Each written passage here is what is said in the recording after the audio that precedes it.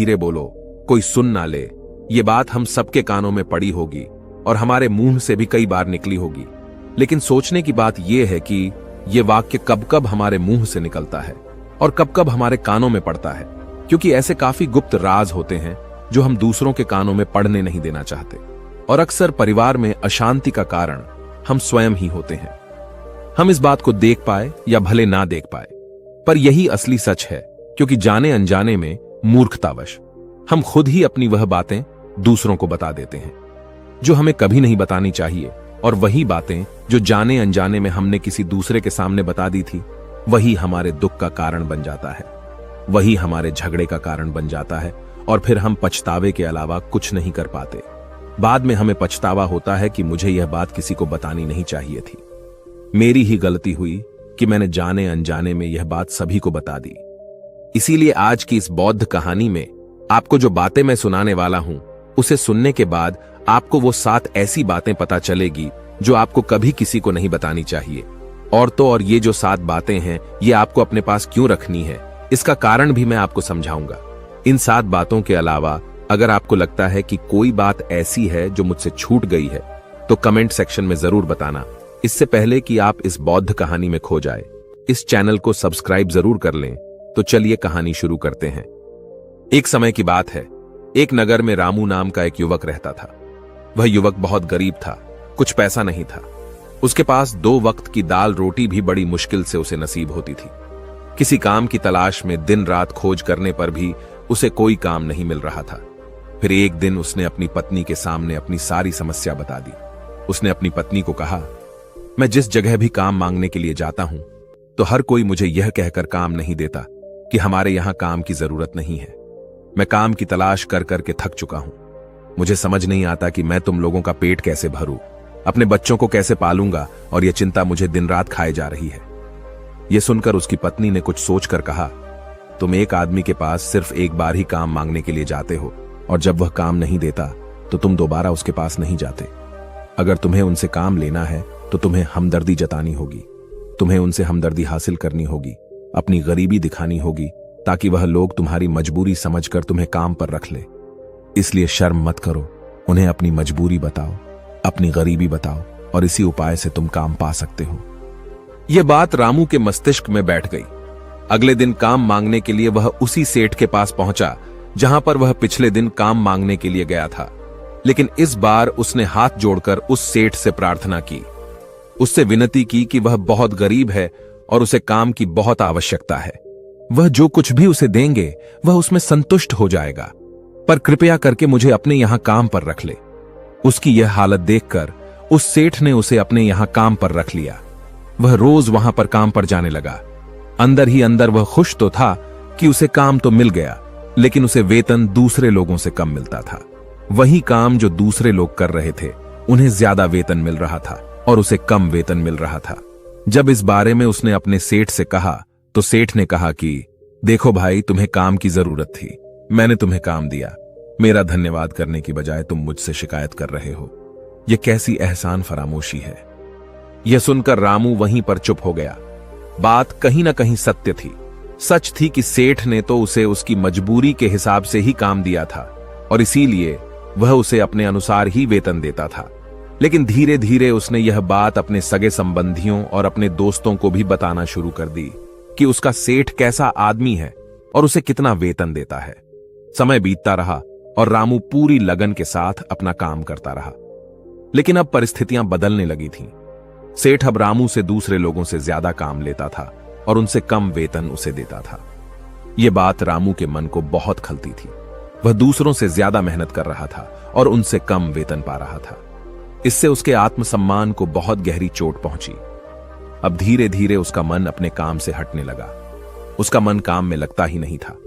जाहिर सी बात है कि ऐसी जगह किसका मन लगेगा जहां आदमी को अपने आत्मसम्मान के साथ समझौता करना पड़े। इसीलिए जल्द ही उसने अपना काम छोड़ दिया और वह घर पर आकर खाली बैठ गया। अब उसके पास घर का खर्चा चलाने के लिए भी पैसे नहीं बचे थे। इसीलिए उसने अपने सगे संबंधियों और अपने दोस्तों से सहायता मांगनी शुरू की। लेकिन उसके दोस्त उसके सामने तो उसे दया का पात्र समझते थे, उसे दिलासा देते थे, लेकिन पीछे से उसका मजाक उड़ाते थे। वह कहते थे, कितना बेवकूफ है, सेठ ने इतना काम लिया और बेचारे को पैसे भी नहीं दिए।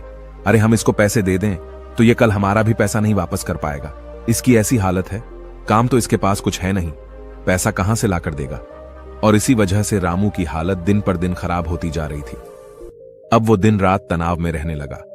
वही दोस्त, वही सगी संबंधी जो उसके अपने होने का दिखावा करते थे, वो उसे दया का पात्र समझ रहे थे। उन्हें उसके ऊपर तरस आ रहा था। सब लोग आकर उसे ज्ञान तो बहुत देते थे, लेकिन कोई सहायता नहीं करता था। और अक्सर ऐसा ही होता है, ज्ञान देने वाले तो बहुत मिल जाते हैं, लेकिन मदद करने वाले, उंगली पकड़कर, हाथ पकड़कर आगे चलाने वाले कितने लोग मिलते हैं। फिर एक दिन उसे पता चला कि पड़ोस वाली गांव में एक बौद्ध भिक्षु आया हुआ है जो बहुत ही ज्ञानी है। रामू इतना तनाव में था कि उसे कोई रास्ता नजर नहीं आ रहा था। इसीलिए जाने अनजाने में वह उस बौद्ध भिक्षु के पास पहुंच जाता है। वहां पहुंचकर वह सीधे उनके पैरों में गिरकर रोने लग जाता है। वह रोते रोते उन्हें अपनी सारी परिस्थिति बताता है। उसे बताता है कि किस तरह उसके सेठ ने उसका फायदा उठाया और उसके सगे संबंधी उसके साथ कैसा व्यवहार रखते हैं। सारी बातें सुनकर बौद्ध भिक्षु ने उसे चुप कराते हुए कहा, बेटा, ये सारी समस्याएं तुम्हारी बुद्धिहीनता, तुम्हारी मूर्खता के कारण उत्पन्न हुई है। अगर तुम्हारे अंदर समझ होती और तुम समझदार होते तो इनमें से एक भी समस्या तुम्हारा मन को दुखी नहीं कर सकती थी। लेकिन तुमने अपने अविवेक के कारण, अपनी मूर्खता के कारण खुद ही अपने रास्ते में कांटे बिछा दिए। परंतु आज मैं तुम्हें 7 ऐसी बातें बताने जा रहा हूं जो भूल कर भी किसी को मत बताना। और इन बातों का अनुसरण करते हुए तुम बाहर से मिलने वाले दुखों को तो दूर कर ही सकते हो जो बेवजह दुनिया की वजह से तुम्हारे अंदर पनपते हैं। पहली बात जो किसी को नहीं बतानी चाहिए वह है अपनी मजबूरी। अपनी मजबूरी का दिखावा करके दूसरों का दया पात्र बनकर उनकी सहायता लेने की गलती कभी मत करना। हो सकता है कि आज वह तुम्हारी मजबूरी देखकर तुम्हारी सहायता कर दे, लेकिन कल वह तुम्हारा फायदा उठाने से भी नहीं चूकेगा। और अगर फायदा भी नहीं उठाया तो दूसरों के सामने तुम्हारा मजाक बनाने में वह आदमी कभी नहीं झुकेगा। इसीलिए कभी भी अपनी मजबूरी का दिखावा मत करो। अगर घर में 2 रोटी है, सूखी रोटी है, तो वहीं खाकर सो जाओ, लेकिन दूसरों को इसके बारे में भनक तक नहीं लगनी चाहिए। जरा आप खुद सोचो, मजबूरी बताने का क्या कारण होता है एक इंसान का? या तो वह दूसरों से सहानुभूति हासिल करना चाहता है या उनसे कोई आर्थिक मदद चाहता है। लेकिन अगर दोनों ही परिस्थितियों को आप देखें तो दूसरा आदमी आपका फायदा उठाने से नहीं चूकेगा। और अगर वह फायदा नहीं भी उठाएगा तो अपनी नजर में तो वह आपको मूर्ख ही समझेगा, बेवकूफ समझेगा, और दूसरों के सामने आपका मजाक तो जरूर बनाएगा। इसीलिए अपनी मजबूरी के बारे में कभी किसी को मत बताना। दूसरी बात जो किसी को भी नहीं बतानी चाहिए वह है अपनी अतीत की गलतियां और भविष्य की रणनीतियां। जरा सोचो कि अगर हम अपने अतीत की गलतियां किसी दूसरे को बताते हैं तो उसका क्या प्रभाव होगा। वह गलतियां तो ठीक नहीं की जा सकती, जाहिर है, तो उन्हें बताने का क्या कारण रह जाता है? आप अपने अंधेरे पक्ष को खुद दुनिया के सामने बता रहे हो, खुद अपनी गलतियां दूसरों के सामने बता रहे हो। इससे उस आदमी की नजर में आपका चरित्र कमजोर हो जाएगा और वह भविष्य में हमेशा आपको उसी नजरिए से देखेगा। इसीलिए किसी भी आदमी की नजर में अपना चरित्र गठित मत होने दो। और जरा सोचो कि आप व्यर्थ में ही अपने भविष्य की रणनीतियां दूसरों के सामने बता रहे हो, जो लोग आपके काम का हिस्सा ही नहीं है। उनके सामने अपने भविष्य की रणनीतियां, अपनी डींगे हाँकने का क्या फायदा? वह लोग आपकी सहायता तो नहीं करेंगे, लेकिन आपकी भविष्य की रणनीतियों में बाधा जरूर बन सकते हैं। आप खुद अपनी विवेक का इस्तेमाल करिए और सोचिए कि आपके साथ भी ऐसा हुआ है कि आपने अपनी भविष्य की रणनीति किसी को बताई हो और वह कामयाब ही ना हुई होगा। जरा गौर से सोचिए।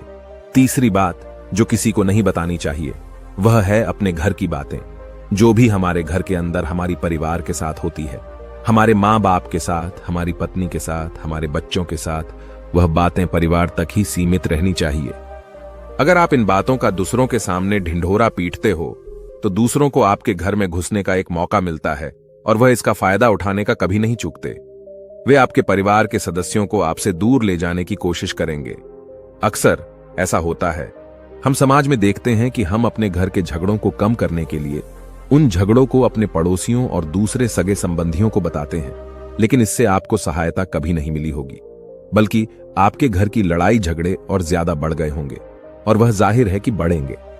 अगर आप अपने माँ बाप की बात दूसरों को बताएंगे तो आपकी माँ बाप को बुरा लगेगा, यही कि हमारा बेटा हमसे बताए बगैर दूसरों को ये बातें बता रहा है।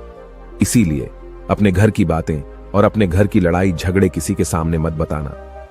अगली बात जो मैं आपको बताने जा रहा हूं, जो किसी को नहीं बतानी चाहिए, वह सुनने पर बहुत अजीब लग सकती है, और वो है कि आप अपनी आमदनी किसी को मत बताना।